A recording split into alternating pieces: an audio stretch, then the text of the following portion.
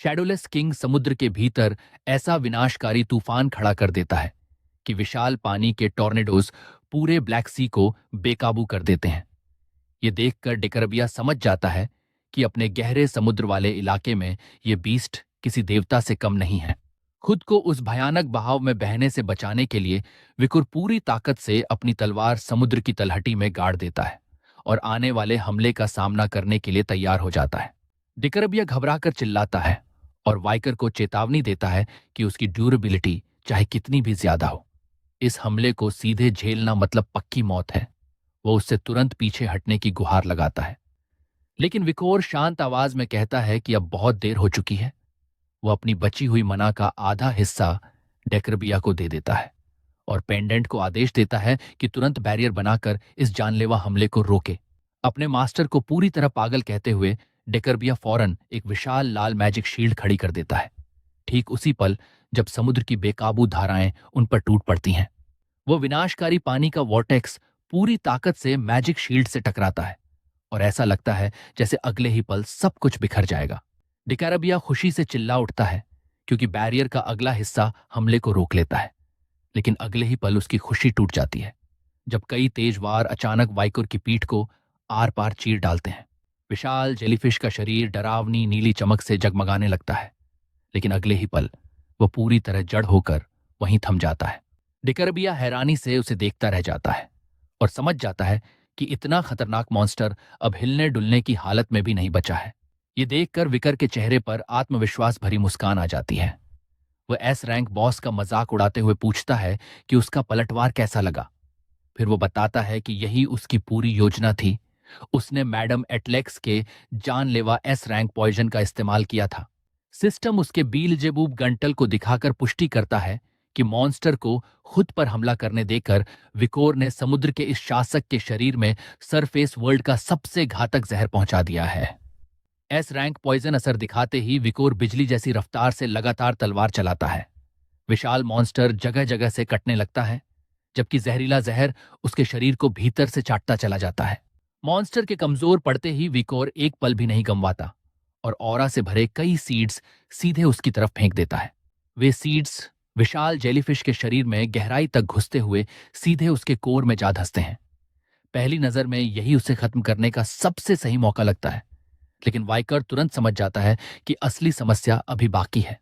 भले ही उसके पास legendary बेस्करविले style हो, लेकिन समुद्र के भीतर का जबरदस्त पानी का दबाव उसकी ताकत को जमीन पर लड़ने के मुकाबले काफी कम कर देता है।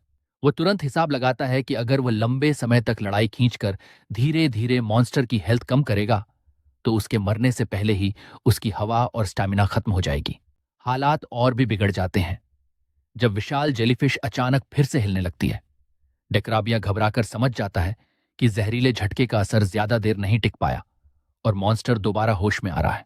जिंदा बचना सबसे जरूरी समझते हुए विकोर पीछे हटने का फैसला करता है और तेजी से तैरकर समुद्र की सतह की तरफ बढ़ने लगता है।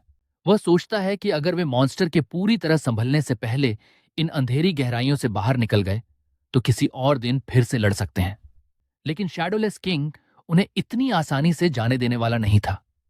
वह अचानक एक विशाल बिजली वाला हमला तैयार करने लगता है और पूरा काला समुद्र चमकती हुई बिजली से जगमगा उठता है।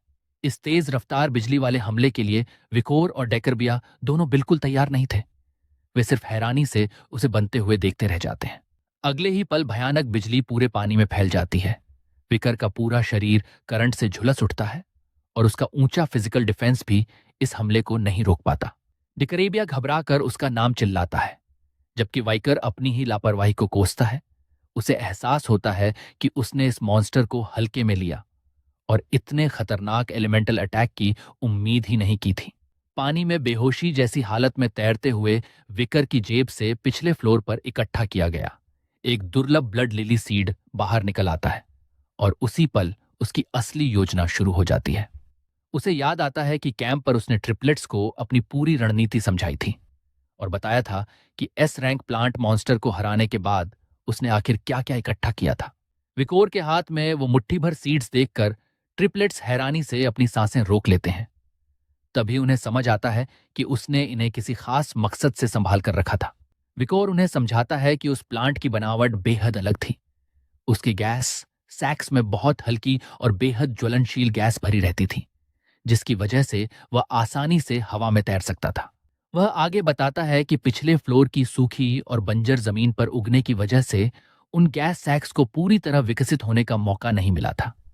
लेकिन ब्लैक सी की गहरी जलराशि में हालात पूरी तरह बदल जाते हैं, क्योंकि जैसे ही ये सीड्स इस पानी को सोखेंगे, इनके अंदर विशाल तैरने वाले गैस सैक्स बनने शुरू हो जाएंगे। विकोर अच्छी तरह जानता था कि समुद्र की गहराइयों में इतनी लंबी लड़ाई जीतना नामुमकिन है, इसलिए उसने साफ कहा कि उनका असली मकसद मॉन्स्टर को पानी के बाहर खींचना होगा। लड़ाई के दौरान उन सीड्स को सीधे शैडोलेस किंग के शरीर के अंदर बोकर वाइकर चाहता था कि उसके भीतर ही गैस सैक्स उगाएं और उसी की ताकत से वो विशाल बीस्ट सतह तक खिंचाए। अब वर्तमान में उसकी पूरी योजना बिल्कुल सही साबित होती है। मॉन्स्टर के शरीर के अंदर बोए गए सीड्स अंकुरित हो जाते हैं और उनके विशाल गैस सैक्स तेजी से फूलने लगते हैं। डिकर्बिया खुशी से चिल्ला उठता है। उसे यकीन ही नहीं होता कि वाइकर की यह पागल योजना सच में काम कर गई, क्योंकि जबरदस्त तैरने वाली ताकत अब उस विशाल मॉन्स्टर को ऊपर की तरफ खींचने लगी थी। विकोर मजबूती से डकरबिया को पकड़ लेता है और तेजी से ऊपर उठते हुए सीड का सहारा लेकर शांत आवाज में कहता है कि अब उनके भी सतह पर लौटने का समय आ गया है। विकोर उस सीड को कसकर पकड़े रहता है और आखिरकार तूफानी ब्लैक सी की सतह को चीरते हुए बाहर निकल आता है। वह गहरी सांस लेता है, जबकि ठीक नीचे पानी में एक विशाल काली परछाई साफ दिखाई देती है। समुद्र का वह दैत्य अब अपने गहरे ठिकाने से जबरदस्ती बाहर खींच लिया गया था। सांस संभालते हुए विकोर डेकराबिया को चेतावनी देता है कि मॉन्स्टर अब बाहर आने वाला है। अगले ही पल दिमाग जैसी आकृति वाला वो विशाल मॉन्स्टर फूले हुए गैस सैक्स से ढका हुआ पानी को चीरते हुए बाहर फट पड़ता है। जैसे ही वो विशाल बीस्ट पूरी तरह सतह पर आता है, विकोर जोर से चिल्लाकर ट्रिपलेट्स को अपनी अपनी जगह संभालने और जीत के इस आखिरी मौके के लिए तैयार रहने का आदेश देता है। तीनों भाई पूरी ताकत से चमड़े में लिपटे एक विशाल लकड़ी के भाले को थामे हुए थे, जिसकी नोक पर हेलहाउंड ऑयल से जलती हुई भयंकर आग धधक रही थी।